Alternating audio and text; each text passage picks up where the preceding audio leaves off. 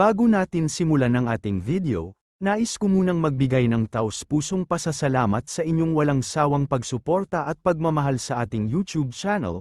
Ang inyong patuloy na pagtangkilik at tiwala ay nagiging inspirasyon para sa amin upang patuloy na maghatid ng mga dekalidad na content. Salamat sa pagiging bahagi ng ating journey, at dahil sa inyo, patuloy tayong magtatagumpay. Tumingin ang bida kay Nabi at bigla siyang nagkaroon ng ideya. Lumuhad siya at tinawag si Nabi. Tinanong ni Nabi kung ano ang kailangan ng bida. Tinanong ni Cyan Wu kung marunong ba ito ng warrior yoga. Natawa si Nabi at tinanong kung ano raw ang pinagsasasabi ng bida, dahil wala raw ni isang euros na hindi marunong noon. Natuwa si Xiong Wu at sinabing perpekto iyon. Nag-usap-usap sila, habang pinapanood sila ng tatlong customer. Lumapit ang bida sa mga customer at nakangiting tinanong kung interesado ba silang subukan ang yoga para makatulong sa pagbabawas ng timbang. Ang mga euros ay mga pasang may mataas na espiritu ng paglilingkod at kayang gawin ang halos lahat ng gawaing bahay.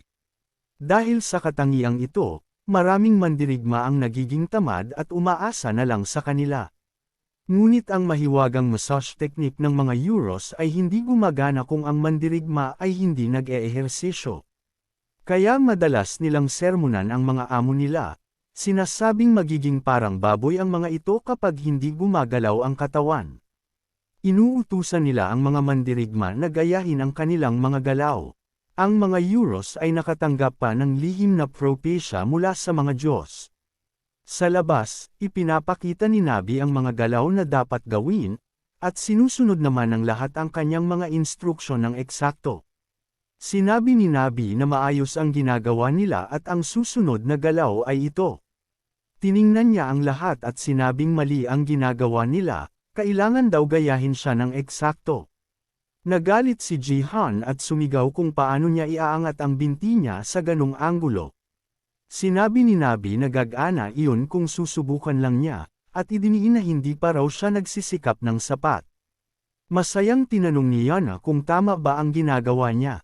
Sumagot si Nabi na wala na siyang inaasahan kundi perpekto mula kay Yana, dahil tama raw ang ginagawa nito. Tiningnan ng bida ang eksena at sinabi na palaging nandoon si Yana sa oras na iyon. Patuloy nilang sinusunod ang lahat ng instruksyon ni Nabi. Lumapit si Nabi kay Jiyun at sinabihan siyang huwag mahiya at ilabas ang boses, sabay sabi ng, meow. Naiinis at nahihiya, napilitan si Jiyun na magsabi ng, meow. Nagalit si Nabi at sinabing hindi ganoon ang tamang paraan. Inutusan niya itong ibaba pa ang likod at ulitin. Lumapit ang bida at pabirong sinabi na mukhang gusto ni Nabi na sabihin niya iyon ng ganito.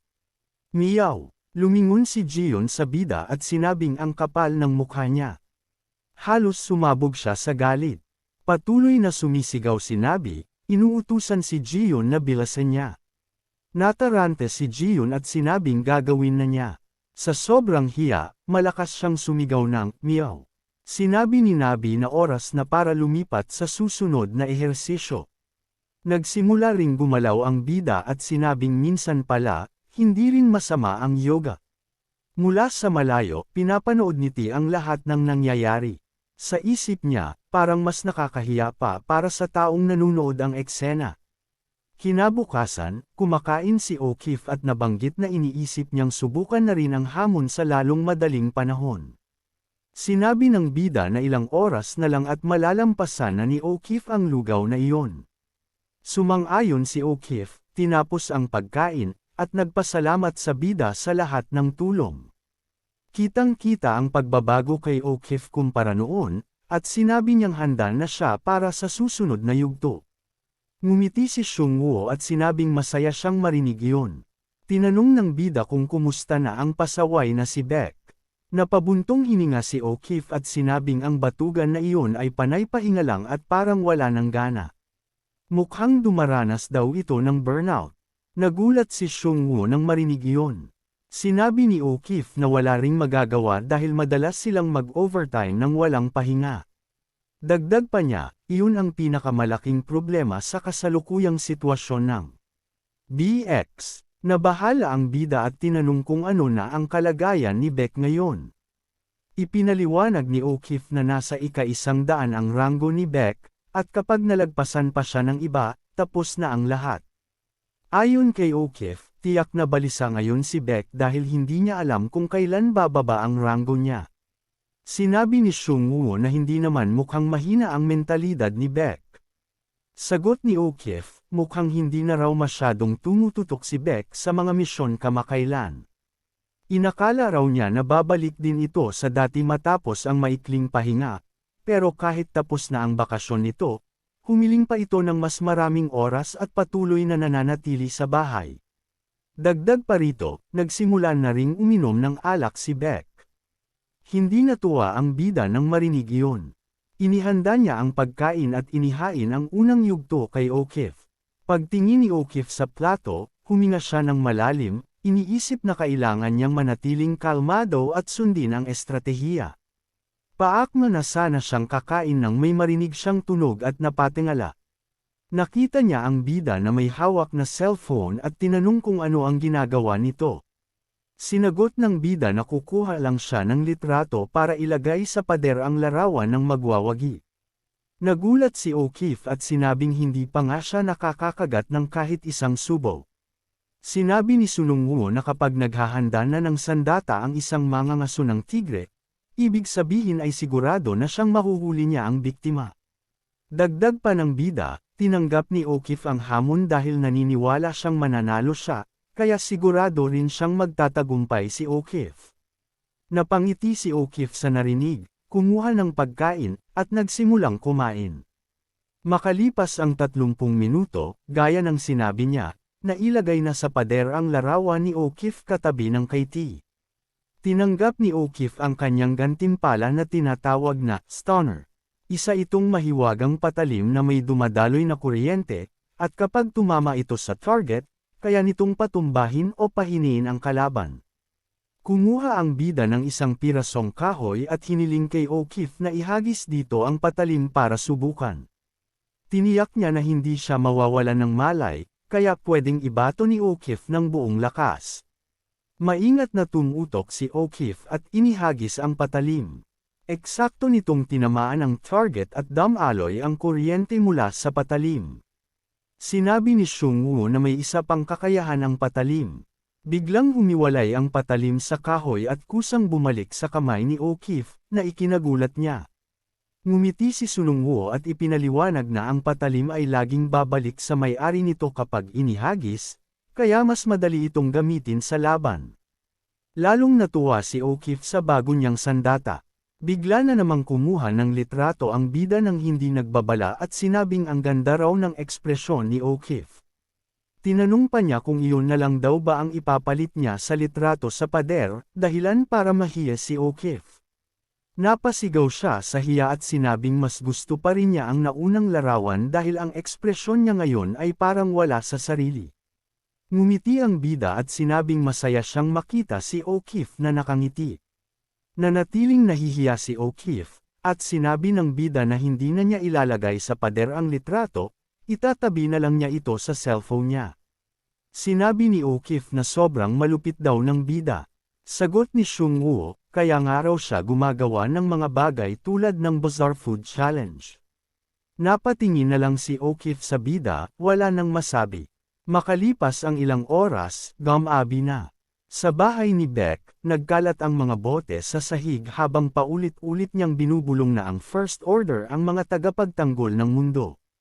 Nakahiga siya sa kama, umiinom, at tinatanong ang sarili kung iyon ba talaga ang inaasahan sa kanya. Pakiramdam niya, hindi para sa kanya ang pagiging bahagi ng First Order. Sinabi niya na wala siyang nobya o mga kaibigan, ngunit agad din niyang binawi iyon, dahil kaibigan naman niya si O'Keefe. Gayunpaman, hindi siya sigurado kung itinuturing din siya ni O'Keefe na kaibigan. Patuloy siyang uminom, medyo lasing na. Napaisip siya na gumaling na ang kalusugan ni O'Keefe, at dahil doon, gagamitin na nito ang armor sa malaot madali. Humarap siya sa gilid ng kama, at ang uniforme niya sa First Order ay nakahandusay sa sahig sa gitna ng mga bote. Tiningnan niya ito, puno ng sama ng loob sa lahat ng nangyayari. Patuloy siyang uminom at sinabing wala na raw talagang pakialam sa kanya ang lahat. Habang umiinom, naalala niya ang bida na tinalo ang mga higanti. Muli siyang humarap sa kabilang gilid, tinakpan ang mukha, at sinabing ang invincible returnee na raw ang bahala sa lahat. Bigla siyang nadulas sa kama at bumagsak sa sahig, gamulong palapit sa kanyang uniforme. Nanatili siyang nakahiga roon sandali, saka biglang sinuntok ang sahig. Sumigaw siya, nanginginig at halos umiiyak, at sinabing kung siya rin sana ay isang returnee, magiging malakas din siya. Ngunit hindi niya matanggap iyon, sinasabing daye ang ibang mundo, dahil kung nagkaroon din siya ng ganoong pagkakataon, mas marami sana siyang nagawa. Inihagis niya ang bote palabas ng bintana, sumisigaw na kaya rin sana niyang maging malakas, kaya rin sana niyang gawin ang lahat ng iyon. Dahil sa kalasingan, muli siyang bumagsak sa sahig at tinitigan ang isang bote, sinasabing kaya rin sana niyang maging mandirigma. Biglang may nagbukas ng pinto at may humangal sa nakita. Naroon ang bida, sinasabing hinala na niya na magiging ganito ang sitwasyon. Maingat na lumapit ang bida sa isang upuan at umupo, kalmadong sinabing mukhang mas emosyonal pala si Beck kaysa sa inaakala. Inilapag ni Sunungwo ang bote sa sahig at sa kakaibang tono, bigla siyang natawa at sinabing, may nabanggit si Beck na medyo interesante. Ikinwento niya na 9 na taon na ang nakalipas ng unang magbukas ang mga portal at salakayin ng mga halimaw ang mundo. Maraming tao ang biglang nawala. Pagkalipas ng 3 taon, ang mga nawawala ay isa-isang bumalik. Sinabi ng mga bumalik na nanirahan sila sa ibang mundo at nagkamit ng napakalakas na kapangyarihan. Ang naging reaksyon ng publiko noon ay inggit, maraming tao ang nagsabing naiinggit sila sa mga nakaranas ng ganoong karanasan. Iyon ay dahil karamihan sa mga pambihirang returnee ay dating mga ordinaryong mamamayan lamang, mga nasa gitna o mababang antas ng lipunan, bago sila napunta sa ibang mundo. Tiningnan ng bida si Beck at sinabing hindi niya ito irerekomenda, dahil siya mismo ay dumaan na sa lahat ng iyon. Hinawakan niya si Beck at sinabing kung iyon talaga ang gusto nito, tutuperan niya ang hiling nito. Unti-unting nagising si Beck, at nang tuluyan siyang bumangon, nasa isang purong puting lugar na siya. Naisip niya kung lasing pa rin ba siya at kung panaginip lang ba ito. Bigla siyang nakarinig ng boses. Lumingon siya at nakita ang bida na nakaupo sa isang upuan, sinasabing, maligayang pagdating sa Terara, mandirigma mula sa ibang mundo. Lubos na nalito si Beck sa nakikita niya. Sinabi ng bida na mula ngayon, kailangan niyang maglakbay sa Terara at iligtas ang mga taong nasa panganib. Tinawag ni Beck ang bida, ngunit hindi ito sumagot ng normal. Nagtanong si Beck kung bakit siya ini-ignore at kung ano ba ang ginagawa nito. Isinara ni Sunungwo ang hawak niyang aklat at sinabihan si Bayak na maupo na lang at makinig, dahil ipapaliwanag niya ang lahat. Tumayo si Bayak, inis na inis, at tinanong kung talagang tinatawag ng bida ang lahat ng ito na parang walang kwentang dula at paliwanag. Tinanong niya kung ano ba talaga ang lugar na ito. Sinagot ng bida na bakit niya iniisip na walang kwenta iyon, gayong isa itong tradisyonal na pagbati para sa mga mandirigmang galing sa ibang mundo. Naalala niya na iyon din ang sinabi sa kanya noon ng Diyosa, at nagkomento na karaniwan, ang linyang iyon ay binibigkas ng isang napakagandang babae o isang Diyosa. Ngunit wala namang dahilan para sabihin pa iyon dahil si Beek lang naman ang nandoon. Tinanong ng bida kung ano sa tingin ni Beek ang nangyayari sa kanya ngayon. Litong-lito si Beck at tumingin sa paligid. Natakot siya at sumigaw, tinatanong kung ito ba ang iniisip niya. Sumagot si Songwoo ng oo. Lumuluhod si Beck habang umiiyak, sinasabing ito raw ay transmigration sa ibang mundo, ibig sabihin, patay na siya. Sinisi niya ang sarili at sinabing sana raw ay hindi siya uminom ng sobra. Huminga ng malalim si Songwoo at sinabing kung tradisyonal na paraan ang sinunod nila, patay na nga sana si Beck, tulad ng masagasaan ng truck o mamatay sa sobrang pagod. Ngunit ipinaliwanag ng bida na hindi pa patay si Beck ngayon. Hindi man niya alam kung mamamatay ito balang araw dahil sa sobrang pag-inom ng alak, pero hindi ngayon iyon mangyayari. Tumayo si Beck, litong-lito pa rin, at tinanong kung ito nga ba ay ibang mundo at bakit siya naroon. Ngumiti ang bida at tinanong kung bakit pa siya nagtatanong, gayong iyon naman ang gusto niya. Lalong nalito si Beck at tinanong kung kailan niya nasabing gusto niya iyon. Sinimulan ng bida na ipaalala na sinabi ni Beck, kung napunta ako sa ibang mundo, kung isa akong returnee, kung isa akong mandirigma, mas marami sana akong nagawa. Sandaling nag-isip si Beck at naalala ang sinabi niya noong lasing siya. Nagalit siya at sumigaw, sinasabing sinabi lang niya iyon. Dahil sa kalasinggan at bakit daw sineryoso pa ng bida. Biglang natawa ng malakas si Sunong Wu sa buong sitwasyon. Lalong nagalit si Beck at sinabihang huwag tumawa, at idinagdag na hindi dapat basta-basta pumapasok sa bahay ng iba dahil trespassing iyon. Humingi lang ng paumanhin ang bida sa biglaang pagpasok. Sa isip ni Beck, baliw ang bida dahil dinala siya sa ibang mundo. Bigla siyang natigilan ng mapagtanto na kung nadala siya ng bida roon, ibig sabihin ay kaya rin siyang ibalik nito, na nangangahulugang may pakialam sa kanya si Sunong Wu.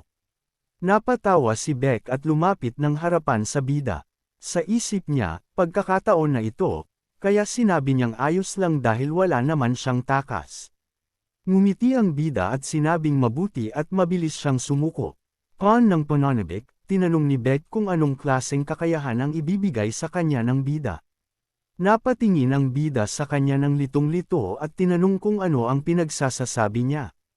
Sagot ni Beck, hindi ba raw ang mga napupunta sa ibang mundo ay karaniwang binibigyan ng malalakas na kakayahan, tulad ng instant magic, regression, unlimited inventory, banal na sining ng celestial demon, o kakayahang mag-reincarnate. Dagdag pa niya, pwede rin daw bagong kagamitan, at hindi raw siya naghahanap ng isang shield. Matagal na tinitigan ng bida si Beck, iniisip na mas marami pala itong alam kaysa sa inaakala niya. Tinawag siya ni Xing Wu at sinabi, walang pandaraya rito, na ikinagulat ni Beck. Ipinaliwanag ng bida na kung haharap ka sa kalabang imyon sa mga cheat, talo ka na agad. Ang pinakamahalagang sandata ay ang matibay na pundasyon. Naiinis na sinabi ni Beck na kung may kalaban na immune sa cheats, cheat na rin iyon sa sarili nito. Sumagot ang bida na sa kasamaang palad, pati ang mga cheat ay may antas. Kapag nalampasan ang antas na iyon, nagiging purong laban ng lakas ang lahat. Ipinaliwanag pa niya na hindi gumagana ang cheats laban sa Demon King. Kung gumagana man ang cheats, ang maglalaban-laban sana ay ang mga Diyos, hindi ang mga mandirigma. Kaya lahat ng mga mandirigmang umasa lamang sa cheats ay natalo. Sinabi ng bida na iyon ang dahilan kung bakit pinakamabuting magsimula sa mga batayan. Minura ni Beck ang bida at tinanong kung hindi ba nito pwedeng sabihin na lang ang totoo. Sumagot si Sang Wu na hindi niya ginagawa ito dahil lang sa hindi nabigyan si Beck ng cheats. Tinitigan siya ni Beck at napagtanto kung bakit ayaw talaga ng bida na bigyan siya ng kahit ano. Biglang nagbukas ang isang portal sa ilalim ni Beck. Sinabi ng bida na mas maganda pa ang kalagayan ni Beck kumpara sa kanya noong nagsimula siya, dahil isa na itong hunter at may karanasan sa labanan. Kaya naniniwala siyang magtatagumpay si Beck. Napatingin si Beck pababa at nakita ang mundong nasa ilalim niya. Nagsimula siyang mahulog at sumigaw na hintayin siya ng bida, pero huli na ang lahat. Lumubog siya sa butas at nahulog sa terara. Pinanood siya ng bida at marahang sinabi, mandirigmang Beck King, iligtas mo ang Terra. Habang nahuhulog, sumisigaw si Beck na papatayin niya ang bida. Nagkomento si Sunong Wu na ang 3 araw sa Earth ay katumbas ng ilang buwan sa mundong iyon. Dagdag ng bida, binigyan naman niya si Beck ng kaunting cheat. Bago niya ito ipadala roon, ibinigay niya ang kakayahang makaintindi ng wika at mga pariralang ginagamit sa Terara, isang status window para masubaybayan ang progreso niya, at kakayahang mag-teleport palapit sa bida kapag nasa nakamamatay na sitwasyon. Sa isip ng bida, marami namang matututunan si Beck. At kung wala, ay padadala niya ulit ito roon ng ilang araw pa. Pagkalipas ng isang buwan sa Terra, tinitingnan ni Beck ang ilang tala. Sinusuri niya ang mga ito at sinabing hindi maganda ang mga request para sa mga adventurer sa panahon ngayon. Biglang may isang lobo ang sumagi sa kanya at nagtanong kung hindi pa ba sila kakain. Ang pangalan nito ay Cobalt Kuzi. Napabuntong hininga si Beck at sinabing kakain na sila dahil pangit ang mga request. Pumasok sila sa isang restaurant at umorder ng mukhang masarap na putahe ng karne. Kumuha si Beck ng isang piraso at sinabing pagkain lang iyon ng hayop, at isang insulto raw na tawagin iyong pagkain. Tinanong ni Kuzi kung ganoon ba talaga kasama. Sagot ni Beck, amoy maruruming medyas at imburnal ang karne. Hindi raw niya maintindihan kung paano nila nakakain iyon. Sumagot si Kuzi na si Beck din naman ay kumakain ng ganoong pagkain. Naiinis na sumigaw si Beck na kinakain lang niya iyon dahil gusto niyang mabuhay. Pero isang buwan na raw siyang nagtitiis sa ganoong klaseng pagkain. Tuwang-tuwa si Kuzi sa pagkain at sinabing ang lamb steak ay may 3 pulang bituin at napakaganda ng mga epekto. Pinakamainam daw ito para makabawi ng lakas at magpatibay ng mga kalamnan. Patuloy na nagrereklamo si Beck at sinabing ang pagluluto ay tungkol sa lasa, hindi sa epekto. Napatingin sa kanya ang mga tao sa paligid. Sinabi ni Kuzi na iginagalang niya ang halaga ni Beck bilang mandirigmang galing sa ibang mundo, pero hindi raw ganoon ang tamang paraan ng pagsasalita. Nang mapagtantong samobra siya, naupo si Beck at tahimik na kumain. Habang kinakain ang hindi masarap na pagkain, mas lalo niyang namiss ang husay magluto ng bida. Yumuko siya at sinabing mahirap mabuhay at kumain sa mundong iyon. Biglang may lumitaw na isang screen sa harap niya.